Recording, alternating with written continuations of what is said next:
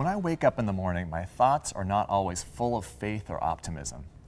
The other morning, I found myself thinking about how I have too much work to do.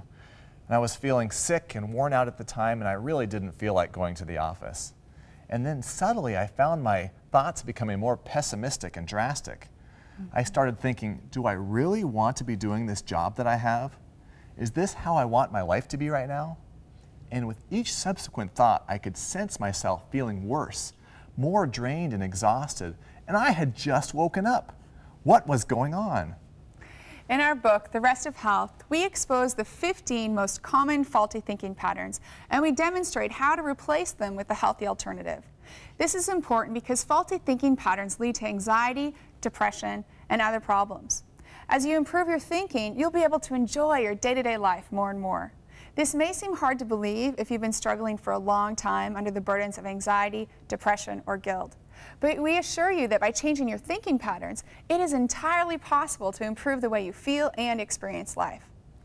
Dave's example of how he tends to think early in the morning is a great demonstration of negative filtering. Negative filtering is when you let in upsetting ideas, but filter out reassuring positive thoughts. It's very common, and we're all susceptible to this. If it becomes a habit or a pattern for us, then the world becomes a dreary, discouraging place. Because of this, we need to exert effort to fix distorted thoughts and to adhere to truth. As you can see from my example, faulty thinking causes suffering. And most people use at least 3 faulty thinking habits on a regular basis. Let me walk you through my husband's faulty thinking and show you where he went wrong. Oh, thanks. You're welcome. Actually, my husband typically has strong, healthy thinking habits. One thing I've discovered about him over the years, which is probably true for most of us, is that right after he wakes up in the morning and right before he goes to bed are not good times for him to evaluate his life.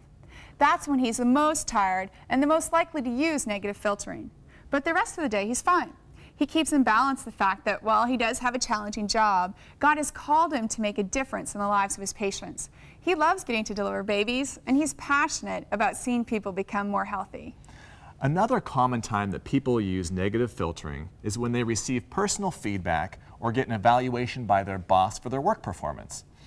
After an annual work review, many people remember vividly the areas of constructive criticism that their boss gave them, but they overlook all of the positive things that were said about them.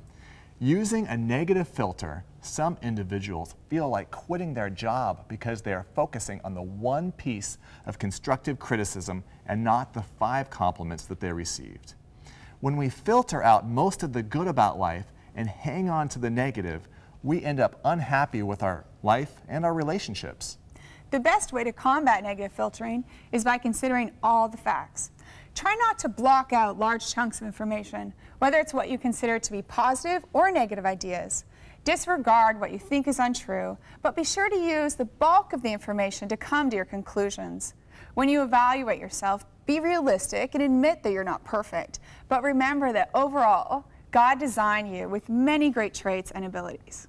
As we manage our thoughts and replace faulty thinking with healthy thought patterns, we foster an attitude of joy, and we approach life with faith and hope. And once we become familiar with these thinking patterns, it becomes easier to change them. We can start to get good results quickly, within a week for most people. Changing the way we think is a powerful way to change our mood. Transforming thinking can transform lives.